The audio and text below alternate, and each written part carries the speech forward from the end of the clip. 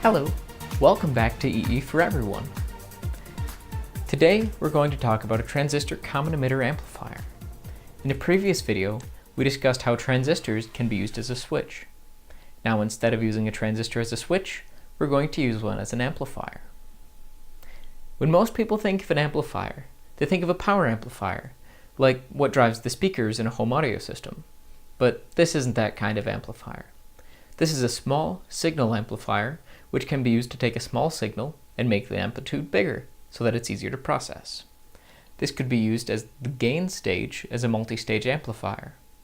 Sometimes a multi-stage amplifier is necessary since some power amplification stages can have a gain of 1 or even less than 1.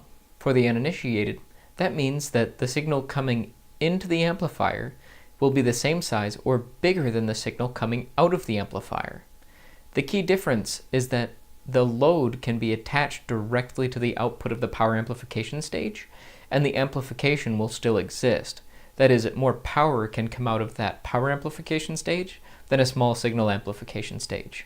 Amplification and signal conditioning are conceptually related to this basic amplifier, and this small signal amplifier may or may not end up meeting the distortion requirements of our future designs. But I think that it's clever, and I think that it's easy to explain, and I think that we can use this transistor common emitter amplifier as a tool to talk about some interesting aspects of circuit components. I think that it's a good place to start for talking about circuits that provide amplification. Plus, it gives me another reason to break out LT-Spice, and, well, you know how much I love LT-Spice. You can see the common emitter amplifier that I have constructed for you. If you remember, transistors are current-controlled devices. Let's take a moment to think about how this circuit may be operating. In order to use a transistor as an amplifier, there must be some current flowing into the base of Q1. If this is the case, that current should be flowing through R1. When we apply no signal to the input, around 0.8 milliamps of current is flowing through R1 and R2. Some of this current is diverted through the base of Q1. This current is amplified by beta of the transistor, causing around 6.5 milliamps of current to flow. This 6.5 milliamps of current flowing through Q1 gives a steady state voltage at the output of around 5.5 volts before the DC blocking capacitor C1. This capacitor prevents the DC voltage from flowing to any potential load. C2 has a similar effect, preventing any DC offset at the input of the amplifier from sourcing or sinking current at the base of Q1.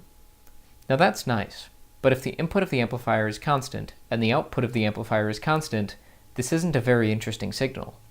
What if we apply a 10 millivolts 1 kHz signal to the input with a 120 volt DC offset? By plotting the input before the DC blocking capacitor, we can see this signal. Because of C2, the 120 volts DC is blocked, and the 10 millivolt 1 kHz signal is able to sink or source current to and from the base of the transistor. Here we see this is around plus or minus 15 microamps of current being taken from or added to the steady-state base drive current of the transistor. This variation in bias current is amplified by the transistor with a factor of its rated HFE and causes a larger variation in collector current. This variation in collector current causes the voltage dropped across RO and RE to change. The more voltage variation across RO, the more voltage variation we will see at the output, and the larger the gain will be. This is why RE has a small value and RO has a large one. Here's the output of the amplifier. We can see the amplified sine wave on top of the 5.5 volt DC offset. The AC coupling or DC blocking capacitor on the output allows the amplified signal to pass through while keeping the DC components contained.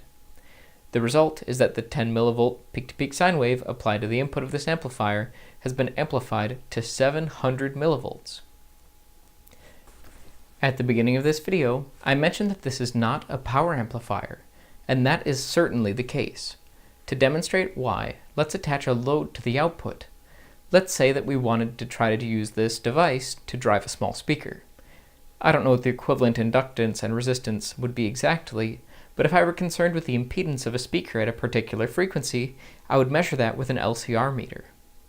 For this example, let's assume 10 microhenries and 8 ohms. By rerunning the simulation with this load attached, we can clearly see that the amplification of the system collapses. In fact, the amplification of the system is less than 1. I mean that the output of the amplifier is less than the input. The gain or amplification factor of a system is measured as the ratio of output voltage to input voltage. Let's look at this amplifier in a slightly different way and dip our toes into the frequency domain for a moment. By doing an AC analysis, I have asked LT-Spice to sweep the frequency of the 10 millivolt signal applied to the amplifier from 100 Hz to 100 kHz, and then it provided a plot of the magnitude and phase of the output signal. Here the magnitude is the solid line and the phase is the dotted line.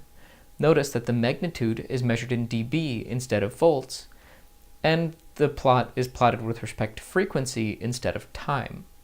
We can see that the input signal has a magnitude of -40 dB and the output signal has an amplitude of -4 dB. This delta of 36 dB represents a huge amplification factor. The phase shift of 180 degrees tells us something too. It tells us that when the input signal is positive, the output signal is negative. The fact that the amplification appears to be linear with respect to frequency is really surprising to me, and it makes me think that there may be some parasitic elements of the circuit that aren't being taken into account in the LT-Spice models of these components. I think that we should construct one of these amplifiers and find out for sure. Come back next week, where we'll do exactly that. If you think that amplification is cool and this video is great, let me know by hitting the like button on this video, subscribing to the channel, and leaving a comment letting us know what you enjoyed. I hope that you stick around for the next video, where we'll build that common emitter amplifier and compare its frequency response with the one that we saw in LT-Spice. Most of all, I hope that you learned something great today, and I hope to see you again soon. Bye!